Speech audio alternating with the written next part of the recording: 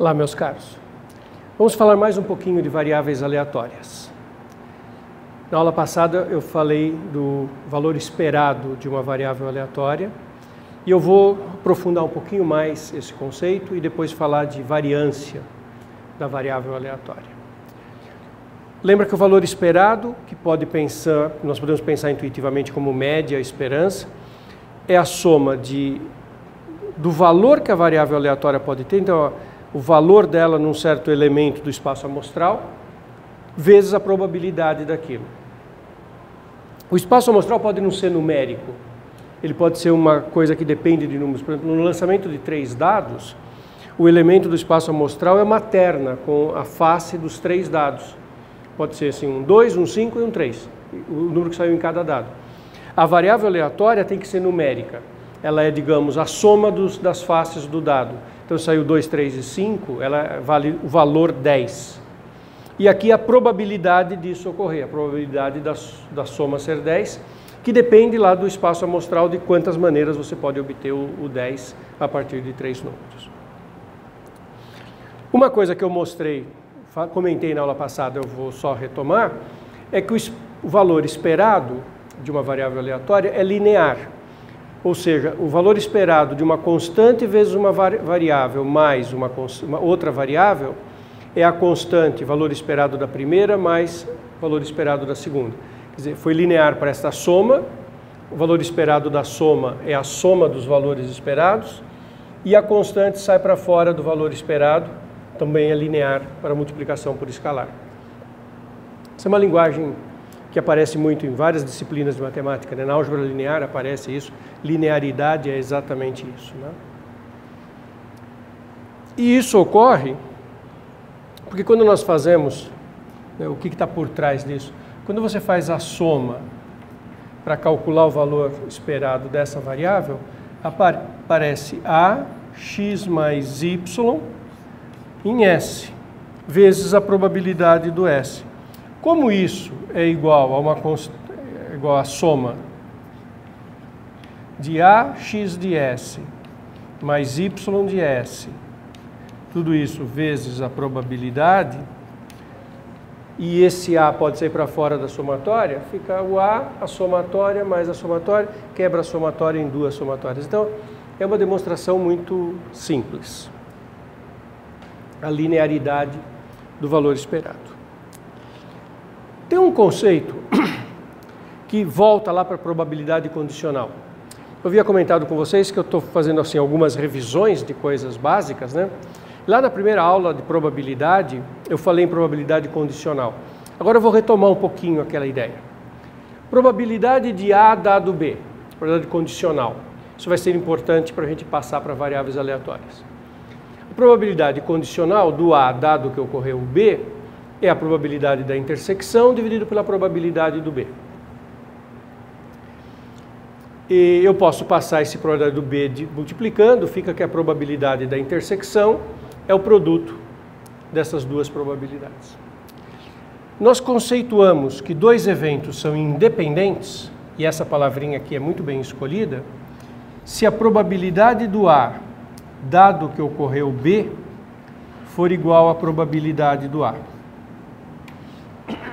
Em outras palavras, ocorrer B não afeta a probabilidade de ocorrer o A. A gente vai ver isso em passeio aleatório, em Martingale. A seguinte pergunta: imagine um jogo honesto. Tá? Um cara coroa com uma moeda honesta e uma pessoa está fazendo apostas no cara e coroa. A pergunta pode ser: será que a probabilidade dela ganhar, dela enriquecer, como é que está afetada pelo histórico de cara e coroa? E a resposta é: não afeta. É um jogo em que não tem memória. O passado não vai afetar o futuro. Quando isso ocorre, nós dizemos que os eventos são independentes. Nisso, no cara e coroa, ou em outros jogos, muitas vezes confunde muito a cabeça dos jogadores. E também cabeça de apostadores e cabeças de investidores. Muitas vezes é surpreendente, mas o fato de um evento ter ocorrido ou não ter ocorrido não interfere na probabilidade do que vai ocorrer no futuro. E saber quando que interfere ou não é super importante, e isso que se chama probabilidade, a independência dos eventos, né? Isso é uma coisa que muita gente tem dificuldade em lidar. Muita gente acredita que numa loteria, se eu der a informação que um certo número não saiu um monte de vezes, então vai ser provável que ele saia agora. E as pessoas têm dificuldade em entender que eles são independentes.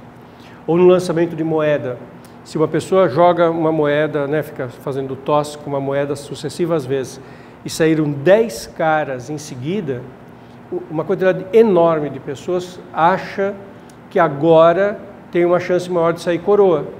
Porque saíram 10 caras em seguida, imagina que vai sair de novo, cara.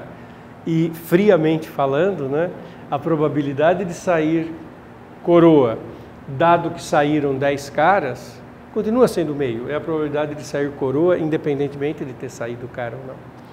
Esse é um conceito extremamente importante, os eventos independentes.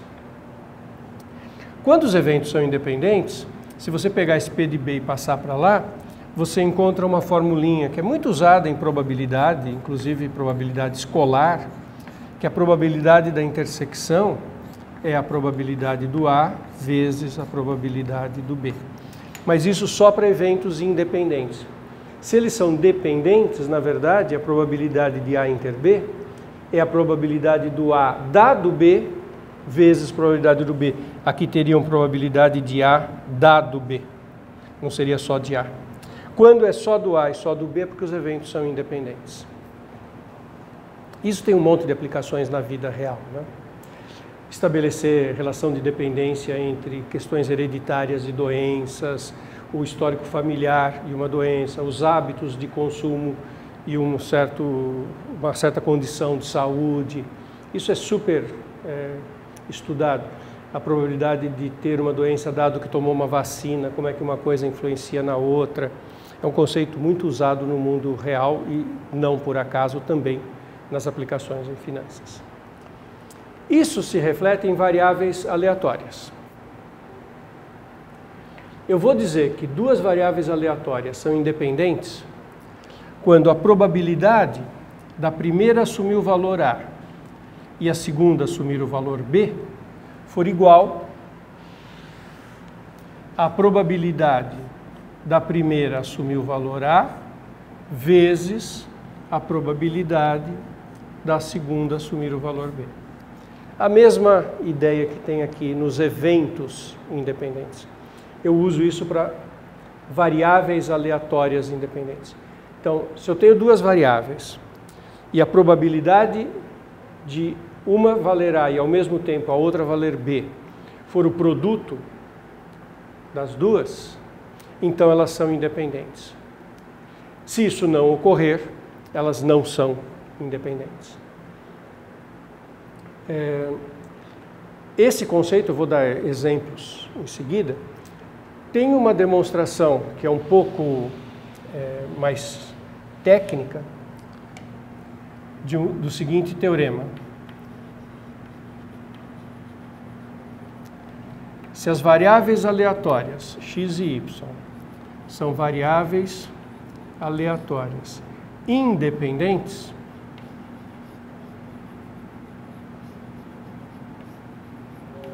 então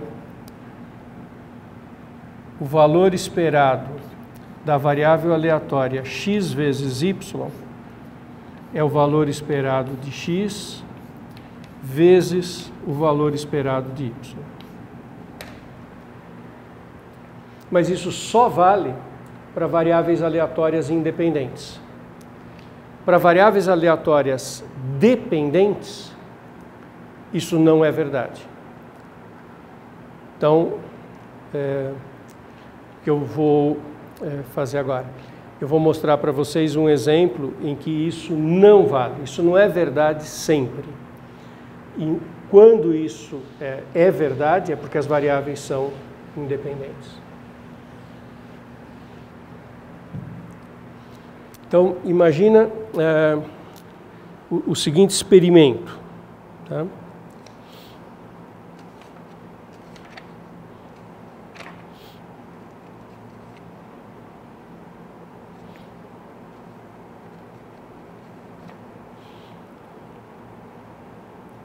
Nós jogamos uma moeda 2 vezes e eu vou olhar o número de caras e o número de coroas. Então, olha o exemplo. Lança-se uma moeda equilibrada 2 vezes. Eu vou chamar XH o número de caras. Eu vou chamar X de T o número de coroas.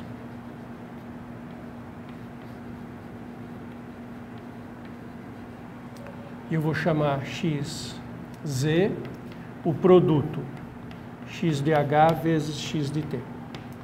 Então eu tenho 3 variáveis aleatórias. O número de caras, o número de coroas e o produto do número de cara pelo número de coroas. Vamos analisar essas 3 variáveis. E eu vou calcular o valor esperado. Então, é o lançamento de uma moeda 2 vezes. Quais são todos os resultados que estão no nosso conjunto de saída? Pode ser cara a cara, pode ser cara e coroa, pode ser coroa e cara, ou pode ser coroa e coroa. São os 4 resultados possíveis para esse experimento. Qual o valor esperado da variável aleatória número de caras? Então, nós vamos ter que fazer essa soma aqui. Os valores que ela pode assumir e a probabilidade dele assumir. Então, quantas caras eu posso ter? Eu posso ter 2 caras, com que probabilidade? Com a probabilidade de 1/4, que é o evento HH. Eu posso ter número de caras igual a 1, com probabilidade meio, que é o evento HT ou TH. E eu posso ter número de caras igual a 0, com probabilidade de 1/4, que é o evento TT. Então, isso aqui dá igual, 2 vezes 1/4, meio, mais 0, isso aqui dá 1. Então, o valor esperado de sair cara é 1. De uma maneira muito análoga, você faz a conta do valor esperado de sair coroa.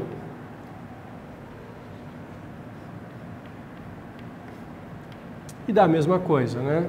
0 com 1/4, 1 com 1/2 e 2 com 1/4, e isso também dá 1. Então, o valor esperado de sair cara ou o valor esperado de sair coroa, ambos são iguais a 1. E o produto do número de caras e coroa? Primeira coisa é que o produto, se você tiver nesse caso dá 0, porque aqui tem 0 coroas, aqui dá 1, produto do número de caras pelo de coroas dá 1, aqui dá 1 e aqui também dá 0, porque aqui não tem coroa, não tem cara. Então, o valor esperado da variável aleatória xz vai ser o seguinte. O que pode acontecer? Pode dar 0 se for HH ou se for TT. Porque se for HH, XT, HT, desculpe, aqui eu escrevi HT, mas é XT, né? Eu vivo errando na lousa, né, turma? XH e XT. XH, XT, aqui não tem mais nada errado, não. Então, por que eu ia dizer ele pode ser 0? Pode ser 0, porque no HH o número de caras é 2, mas o número de coroas é 0. Então o valor é 0. E aqui também é 0, porque o XH é 0 e o XT é 2.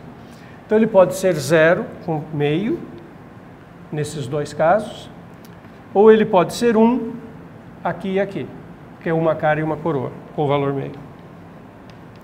Ou seja, ele é meio. Então observem o que é importante aqui. O valor esperado da variável xz, que é o valor esperado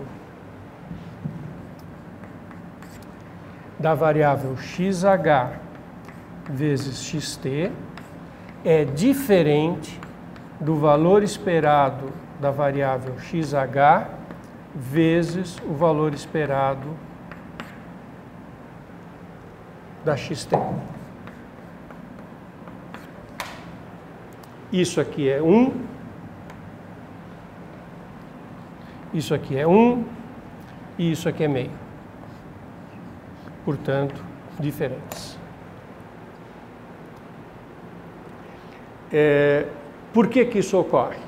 Porque nem sempre o valor esperado do produto XY é o valor esperado de x vezes o valor esperado de y. Quando que não é? Quando as variáveis não são independentes.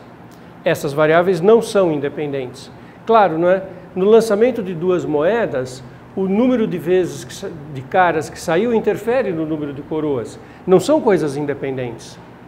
Não é como você lançar um dado e olhar o número que saiu no dado, lançar um outro dado e olhar o número que saiu no outro dado, que são coisas independentes. Então, exemplo de variável aleatória dependente é isso aqui, e não vale essa propriedade. No lançamento de dois dados e no produto, pensa agora o produto do lançamento de dois dados. Lançamento de um dado, o valor esperado é 3,5. Outro dado, 3,5. O que saiu em um dado não interfere no que sai no outro. Então, se você pegar a variável aleatória produto, né, lançamento de dois dados e produto dos números, qual é o valor esperado?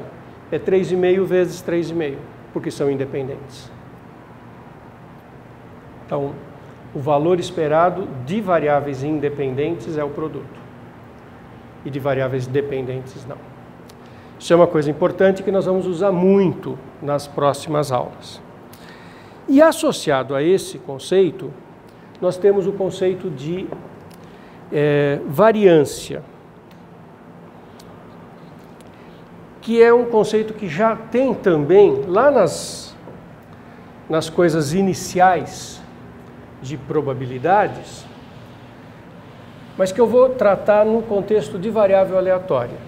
Eu vou então falar de variância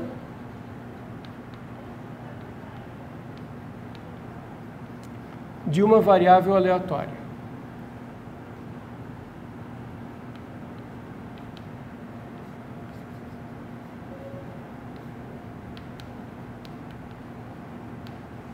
Tem uma coisa bonitinha quando a gente vai falar desse conceito, que é uma coisa assim que ilustra um pouquinho como é que...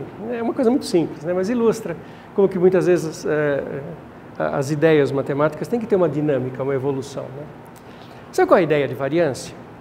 Saber se uma variável aleatória está muito concentrada ou não em torno da média, do valor esperado. Tem aplicações óbvias, né? Você pode ter, por exemplo, num contexto escolar, você tem diferentes turmas com a mesma média. Não quer dizer que o desempenho foram iguais. Você pode ter uma turma que tem uma certa média e todo mundo ficou muito perto da média, e você pode ter uma turma que teve uma certa média com um espectro de notas muito maior. Se a turma tem um espectro de notas maior, é porque tem alguns alunos indo muito bem, ótimo, que bom, sigam em frente, e alguns alunos indo muito mal, que estão precisando de apoio. Ao passo que se as notas estão todas concentradas na média, a classe é muito mais homogênea, não tem grupos distintos. E isso vale para renda, para um monte de coisas, né? Então, saber se uma variável está muito dispersa ou não é uma coisa muito importante. O que seria uma ideia? Uma ideia, para saber se uma variável está dispersa ou não, seria construir o valor esperado da variável menos a sua média. Vamos chamar esse valor esperado aqui por alguns momentos de mi barra, só para ter uma notação adequada. Então, eu vou chamar isso de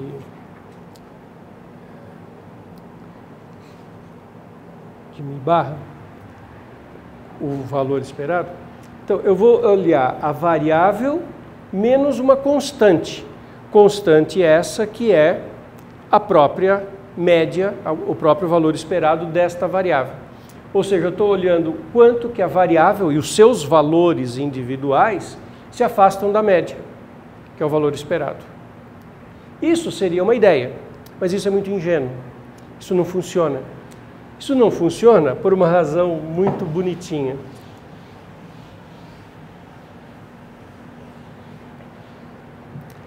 O que é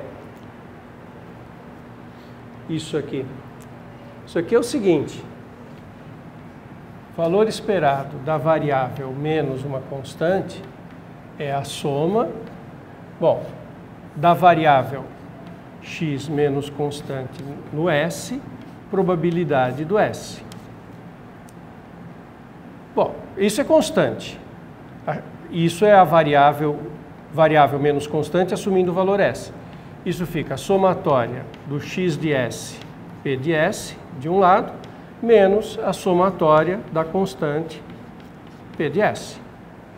Simplesmente porque faz essa variável calculada em S é x de S menos a constante não depende de S, a distributiva da probabilidade, e separa em duas somas. Acontece que isso é a definição de valor esperado. E aqui eu ponho o valor esperado em evidência e aparece soma de todas as probabilidades. Mas a soma de todas as probabilidades é 1. Então isso dá 0. Que bonitinho. E é intuitivo que dê 0 depois que a gente vê, né? Isso aqui é a média. Esses valores eles estão distribuídos em torno da média. Então, é claro, alguns são maiores, outros são menores. Aqui aparecem coisas que são positivas e coisas que são negativas. Elas vão se cancelando.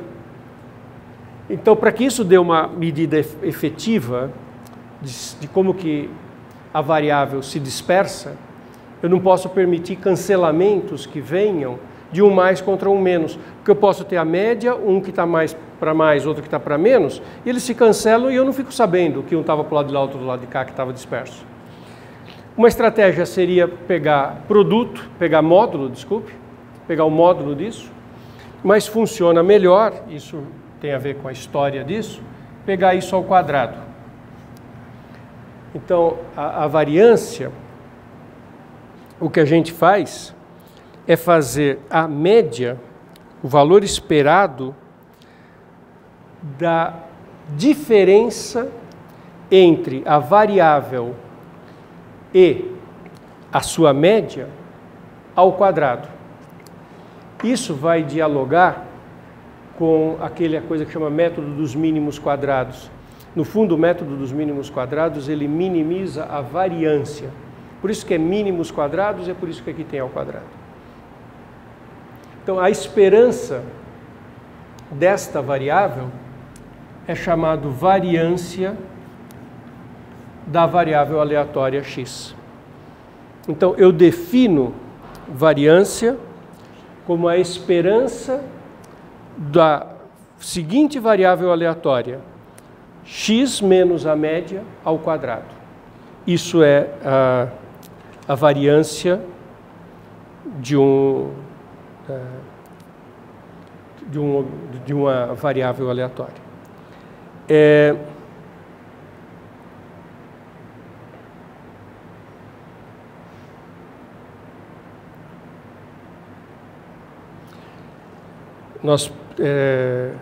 Isso é um conceito importante e que vai aparecer muito nos nossos cálculos. O conceito de desvio padrão vem daqui, né? O conceito de desvio padrão é a raiz quadrada da variância, que também é uma outra coisa bastante importante. E para terminar essa aula de variância, eu vou mostrar uma propriedade bonitinha da variância e que é legal a gente discutir porque assim a gente esclarece uma certa coisa. É um teoreminha bonitinho que diz o seguinte: a variância da variável x é a esperança da variável x ao quadrado menos a esperança da variável x ao quadrado. Então, parece que eu fiz um jogo de palavras, parece que eu falei a mesma coisa duas vezes. esperança da variável x ao quadrado e esperança da variável x ao quadrado. Vocês percebem que tem uma pausa, né? Onde é que está o quadrado? Aqui é a esperança do x ao quadrado, então quem está elevado ao quadrado é a variável x, ou seja, os valores numéricos são os valores numéricos da variável que vale x de s ao quadrado. E aqui, quem que está ao quadrado? Aqui quem está ao quadrado é o valor esperado. Primeiro eu calculo o valor esperado, depois elevo ao quadrado. Aqui eu elevo ao quadrado e calculo o valor esperado. É bonitinho pensar isso. E é uma aplicação direta da definição, porque a variância de x é o valor esperado de x menos ao quadrado. Ou seja, é o valor esperado de x quadrado. Está aqui essa variável, que é a variável x, os valores da variável x elevados ao quadrado, menos 2 vezes o valor esperado vezes x e mais o μ ao quadrado. Por conta da linearidade, isso aqui é o valor esperado da variável x ao quadrado, que está aqui, menos 2 constante μ, valor esperado de x, mais μ ao quadrado, que é uma constante. O valor esperado da constante é a constante. O valor esperado de uma coisa constante é ela própria. E aqui aparece o valor esperado de novo. Então isso fica valor esperado de x ao quadrado, menos, aqui fica 2 vezes valor esperado ao quadrado, porque fica ele vezes ele, mais o valor esperado ao quadrado, ou seja,